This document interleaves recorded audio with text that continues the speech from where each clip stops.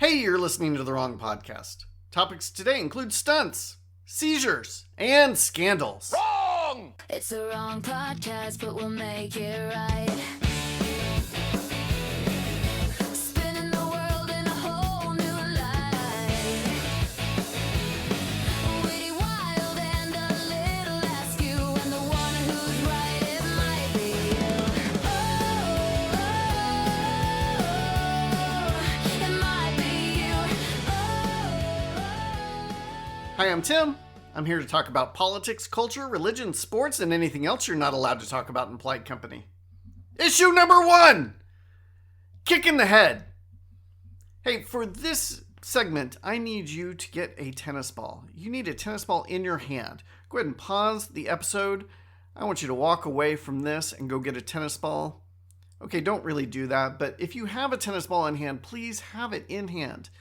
Wiffle ball might work, but a tennis ball preferably. I want to tell you a story about Mark Toothaker. Mark Toothaker is not a dentist in a bad movie. No, he is a real person who raises horses for horse racing. And Mark was watching football. He was watching the New York Football Giants. I don't know why we say the New York Football Giants, but we do. And they have a kicker. His name is Young-Ho Koo. Young-Ho Koo is their kicker. You might be confused by all of this. That's okay. Asian people are allowed to play football, and they're allowed to kick the ball. Mr. Koo, he was set up for a field goal. That's 3 points for those of you who are not football giant fans. And he ran up to kick the ball, and you know Charlie Brown and Lucy. I know that the younger generations will have no idea who Charlie Brown and Lucy are, and that's hard to deal with for those of us who know exactly who Charlie Brown and Lucy are. But those of us who do, imagine Charlie Brown kicking the football. And he runs up and Lucy pulls the ball away and he kicks the air and he flies up and lands on his back. What's his name? Young-Ho. Yes. Young-Ho did not do that. He did the exact opposite. The exact opposite. I don't know why I'm having a hard time saying the word opposite. The exact opposite of Charlie Brown is running up and kicking the ground as hard as you can. He's a professional kicker. He kicks for a living. He makes perhaps $1 million a year, maybe more, kicking footballs. He runs up and doesn't kick the ball. He kicks the ground as hard as he can. This is obviously rather awkward. And Mr. Toothaker, again, not a dentist in a bad movie, Mr. Toothaker was watching the game. He saw Young-Ho do this, and he had a fit. He started watching the replays, and he started laughing so hard that he had a seizure. And he said it felt like his whole body was being electrocuted. That's how bad this seizure was. And it turns out his wife, of course, takes him to the hospital, which is the right thing to do for a dentist in a bad movie who's having a seizure. They get to the hospital, they figure out why is he having these seizures. And it turns out, this is where you need the tennis ball, he had a tumor in his brain the size of a tennis ball. Please pretend you're holding a tennis ball up to your own head to imagine how large that is. Inside your head. So, fortunately, this tumor was benign. It was non-cancerous, so they were able to remove it. But he credits this awful kick by Young-Ho Koo for saving his life.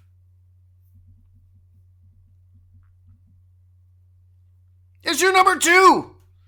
Biking.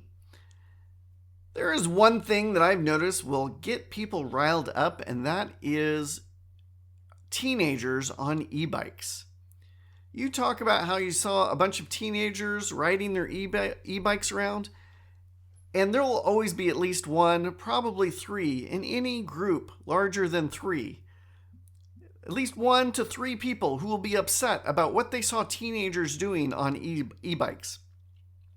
There's a joke, you live in a nice fancy place and it's the e-bike gang of Hampton Village or whatever. I don't know if Hampton Village is a real place and if it's nice, but you get the point. So I'm always a little bit amused by this. Yes, I've seen them do crazy things. They're not being safe. They should really take care. But also, I'm happy that the kids are out, because that is not happening for young people these days. They're not going out. They're not doing risky things. There's quite a few teenagers who will not get their driver's license because it's dangerous and they're not interested in being risky. So it's a little bit nice for me to see people out on e-bikes being risky. But I have a story for you that will probably make your newsfeed at some point, because it is horrific. It is awful. I'm not happy about this at all. In my area, there was a substitute teacher. He's like 81 years old. He liked subbing at this particular high school because he could walk to and from home. And he was walking home, and a freshman 14-year-old kid on an e-bike ran into him and put him in the hospital. And his injuries were so bad that he lost a leg. And the police eventually arrested the young man for driving recklessly. And then a week later, they arrested his mom. And you hear this starting to happen with teenagers and guns, where there might be a school shooting and the parents are starting to get arrested for giving their teenager a gun or not taking away their gun when they knew their teenager was dangerous. And this is upping that right away into bikes. And the reason they arrested his mother is because he didn't just have an e-bike, he had an e-motorcycle. It was like an e-dirt bike. And it had the capacity to go 60 miles an hour. And in California, you need a driver's license to have a motorcycle. And he did not have one. And he would not have been given one at his age because he could not handle it. We've determined people of this age cannot handle it responsibly, as evidenced by this awful accident. And his mother had even been warned several times by the school that her son was being reckless on this bike that was illegal for him to have. So she got arrested too. And unfortunately, and this is the reason that this story is likely to hit your feed, is that the substitute teacher just passed away a few days ago. So that means all of the charges for the 14-year-old boy and his mother are going to be ratcheted up into somewhere near the manslaughter stage of criminal charges. 2 weeks after a teenager on an e-motorcycle slammed into him, 81-year-old Ed Ashman has died of his injuries. And tonight, the teen's mother is facing felony charges, including involuntary manslaughter. She absolutely knew and that she could have prevented this horrific incident from happening. Orange County District Attorney Todd Spitzer says 50-year-old Tommy Jo Mayhair has been contacted by law enforcement in the past, warned that her son was not legally old enough to operate the 200-pound e-motorcycle with a top speed of almost 60 miles per hour. Absolutely illegal. He was not allowed to ride it, and she was warned that in the event he continued to ride it, she could be charged with child endangerment. Witnesses say the 14-year-old was doing wheelies outside El Toro High School on April 16th when he collided with Ashman, a substitute teacher and Vietnam veteran. The teenager fled the scene. Tonight, the community is mourning and has already donated more than $100,000 to Ashman's family. Just awful. Just awful. I don't have a place to land other than you will hear about this story when it goes to trial, because one, all of the people who were upset about the kids on the e-bikes will have no chill now that this man has died needlessly because of a kid on an e-bike. There is no chill for the e-bike gangs anymore. They will get yelled at for being reckless. And two, this is a new thing, and people are interested in the new ways that kids are misbehaving. So if you're watching the local news, pay attention. This story is coming for you. Hey, it's time. What are the rules? Oh, what are the rules? What are the rules? Don't touch my fries or my garden tools. Oh, what are the rules? Yeah, I got my quirks. Follow them closely, and I promise it works. I have a friend, his name's Brandon, and he has decided that they cannot win. And this is a game that he and I play with restaurants, and he is by far much more committed to it and much more determined to make sure that restaurants never win. For example, you go to a restaurant and you pay, I don't know, $5 now for a refillable drink? That's stupid. Brandon will not let them win. Every time he leaves that restaurant, wherever it is, he says, I would like a to-go cup, please. Could you give me this tea without ice? Which is kind of brilliant because that means he can take that tea home and put it in his refrigerator. No ice, no dilution. Well done, Brandon. You get little notifications in your app. Hey, your sports team won. You get free fries or you get a free chicken sandwich somewhere. Brandon will go to that restaurant and get that thing, even if he has no plans to eat it. They cannot win. He will pick it up. He will make his family stop so that he can get those nuggets. Those saucy nugs are going to be the downfall of that restaurant.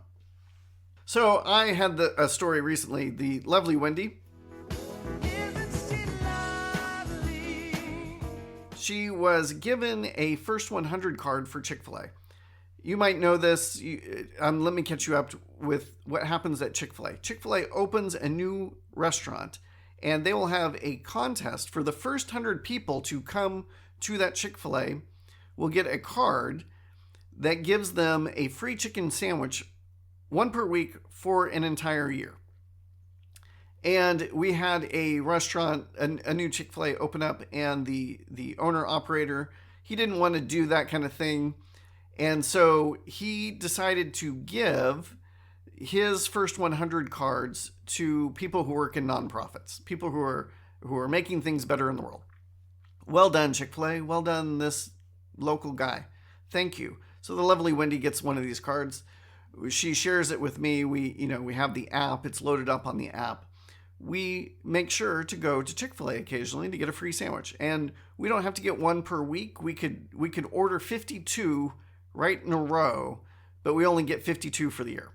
Well, a friend of mine, we were going out, not Brandon, another friend, we were going out for lunch, and he said, where would you like to go to lunch? And I looked at the calendar, and April 30th was just last week. It was a Thursday. That's when we were going out. I opened up the Chick-fil-A app. We had one sandwich remaining, and there was no doubt in my mind we were going to Chick-fil-A because they cannot win. I told my friend why we had to go to Chick-fil-A, and he said, what do you mean they can't win? You've already won. You get one free sandwich out of them. You win. I said, no, they cannot win. We must eat all 52 of these things. And we did it. Remember, I want to know what's wrong with you. What's wrong with you? If you'd like to submit a question, topic, or tell me how I was wrong, you can email me at listen@thewrongpodcast.com or submit a comment at my website, thewrongpodcast.com. Just a reminder, if you leave a review and if you even just subscribe to my podcast, you're listening right now, hit that subscribe button, smash that subscribe button in Spotify or YouTube, iTunes, wherever it might be. Just subscribe. You don't have to listen. But by subscribing, you're helping other people find it. You're telling them, hey, this is worth listening to. Now it's time for my favorite part of the show. I was wrong. I was wrong. Oh, I was wrong.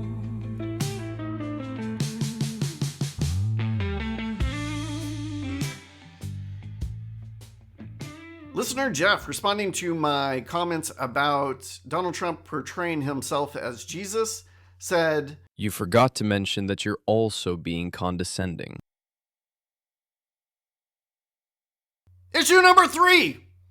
What's in a name? Hey, do you know about the Streisand Effect? The Streisand Effect is named after Barbra Streisand. Do you know any other Streisands? Barbra Streisand had this house on the beach here in California. Somebody had taken a photo of, not the house specifically, maybe of the house specifically. I don't know. It seemed like a legal photo. They took a helicopter out, took a photo of the coastline. Her house was in the photo. Barbra Streisand did not want a photo of her house out in the public. So she sued, saying, hey, you can't put a photo of my house up on the internet. And this indubitably caused people to go look at the photo so they could see what her house looked like, which was the one thing she was trying to avoid. When you point something out that you don't want people to pay attention to, you create the Streisand Effect by getting them to look at it. And something like that has recently happened with the LDS Church, the Church of Jesus Christ of Latter-day Saints. Let me rewind the clock a little bit to the death of Joseph Smith.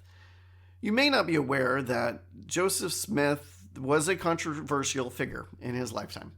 And he was kind of run out of town a number of times because I don't know how to say this neutrally, but he was kind of a scoundrel. Let me put it this way. He was viewed, many people thought he was a scoundrel. That's neutral. I didn't say he was a scoundrel. I'm just saying that many people say he's a scoundrel.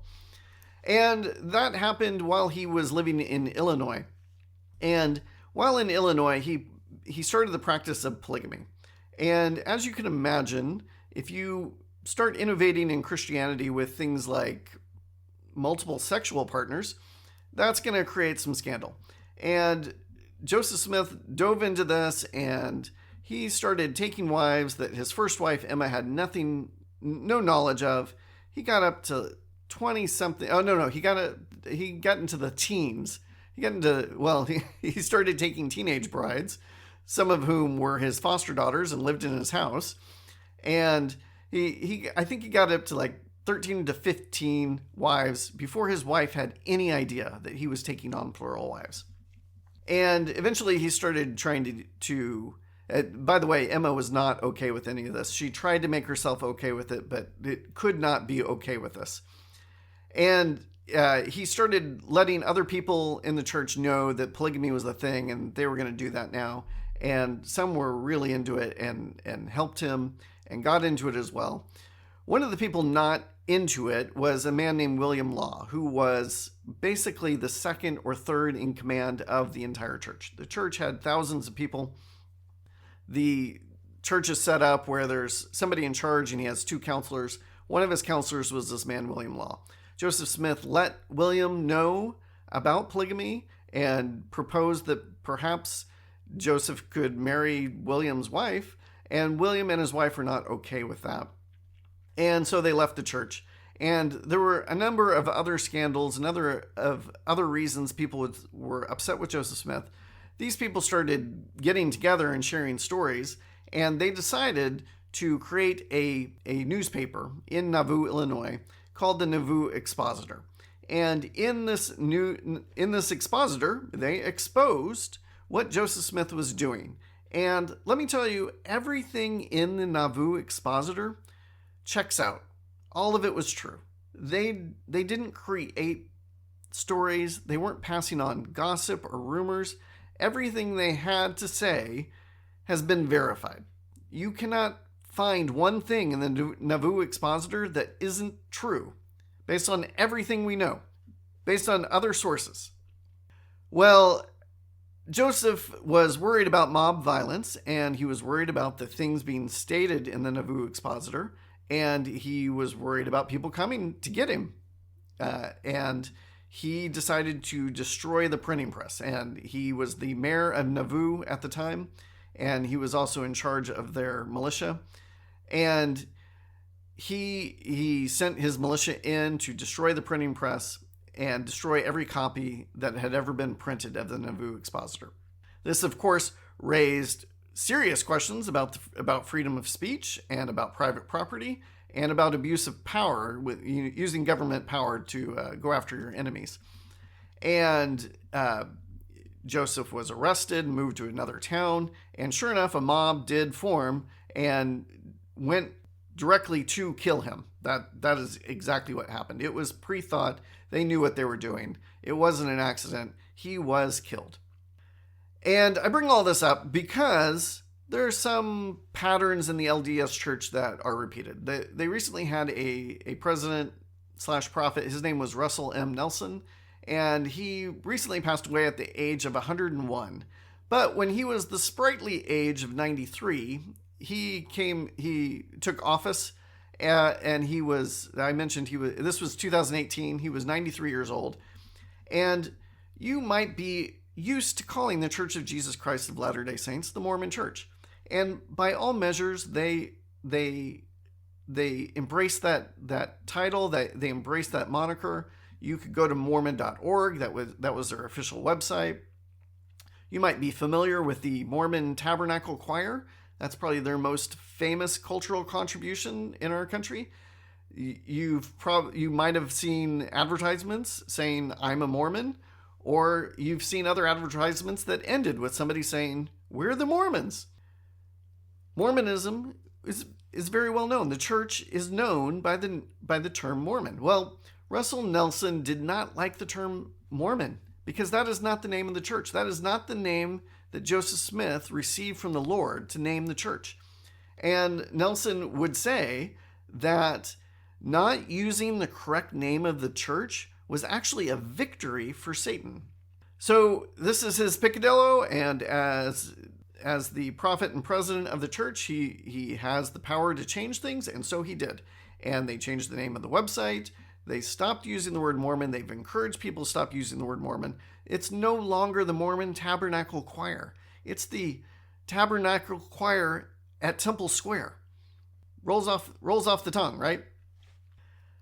Well, in addition to all of these changes with the LDS Church not using the term Mormon, encouraging the people not to call themselves Mormon, they are not the only branch of Mormonism.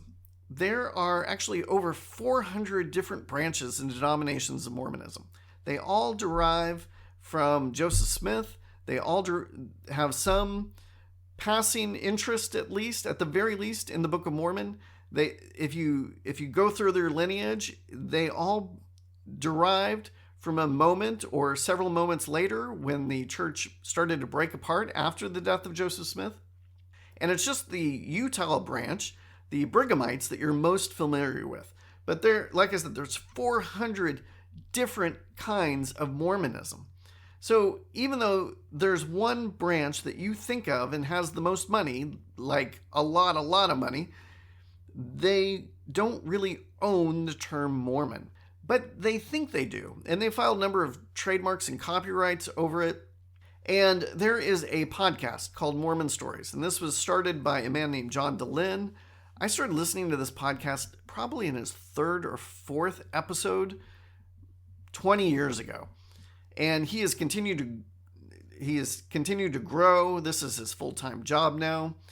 He is a charismatic figure, and he has very long episodes. That's one thing you need to know if you're going to listen to Mormon Stories, that his episodes range anywhere from 3 hours to 7 hours long. You don't listen to any of these in one sitting. But he allows people to sit down and talk about what it's meant to them to be a Mormon, how they became a Mormon, and if there's been any evolutions or changes in their faith.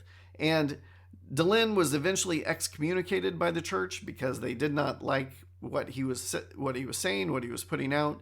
He is not a believer in the faith at all. He eventually lost his faith, but wanted to maintain some connection to it because culturally he felt Mormon.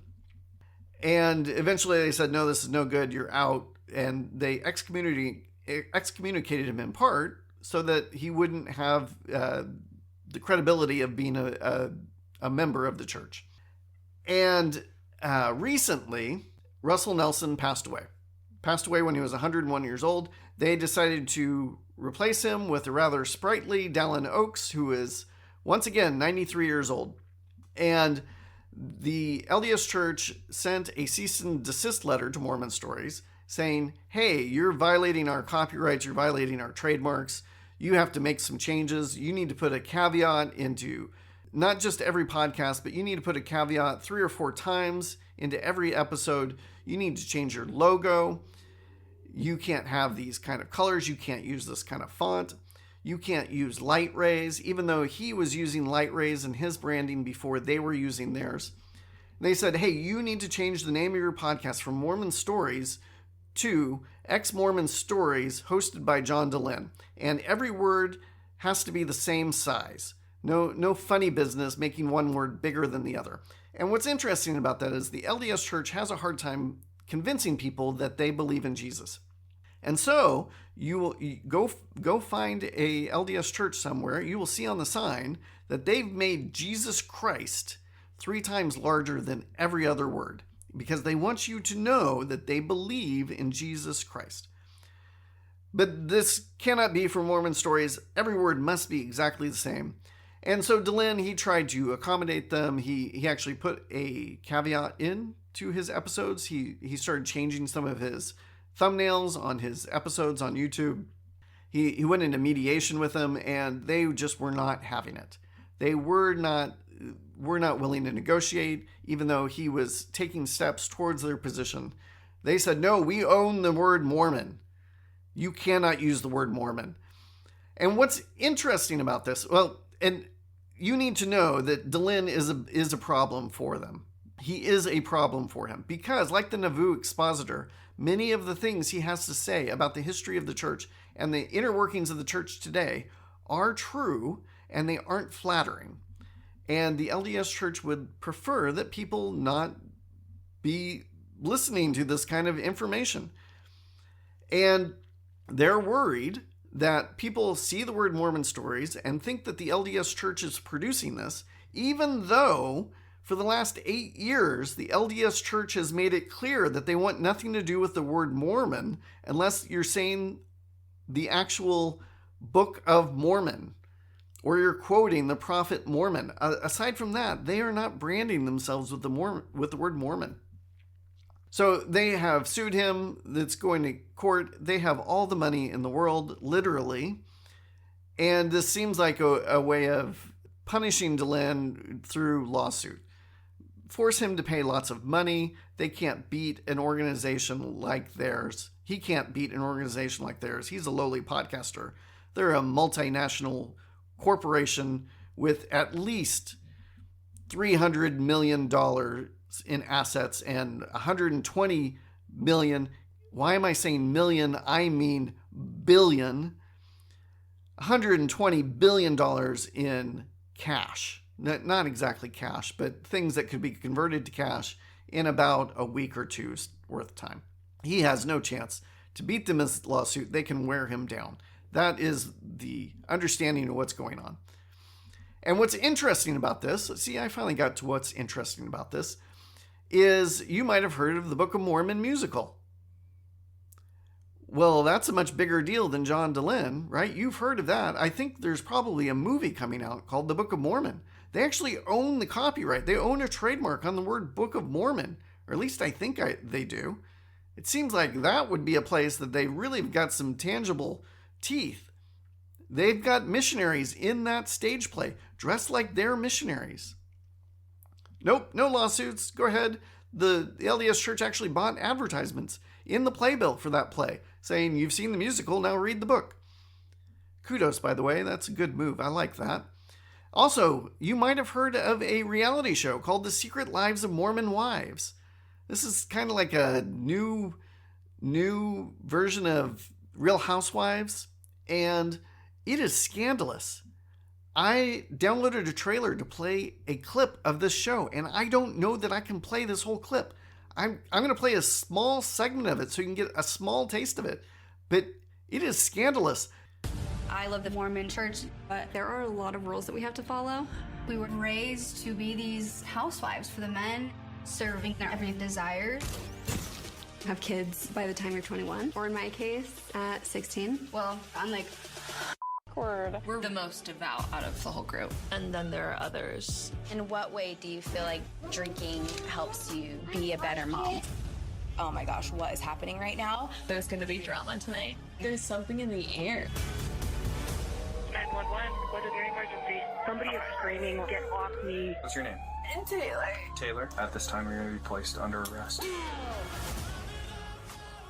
They're into their 4th season, and they're using the word Mormon. No lawsuits, nothing to stop it. Nothing at all. And the reason is the LDS Church has about 2 to 3 million active members in the United States. Mormon stories has about 800,000 listeners. That's really good for a podcast. And that's particularly good when you've got a pool of about 2 to 3 million active people in the United States who are affiliated with the LDS Church on an active basis, and you've got 800,000 people subscribed in one format or another to this podcast called Mormon Stories. I don't know how it's going to turn out, but it's got shades of the Nauvoo Expositor. But I could be wrong. If you think I am, let me know. Let me know why. I had fun and I hope you did too. Bye-bye.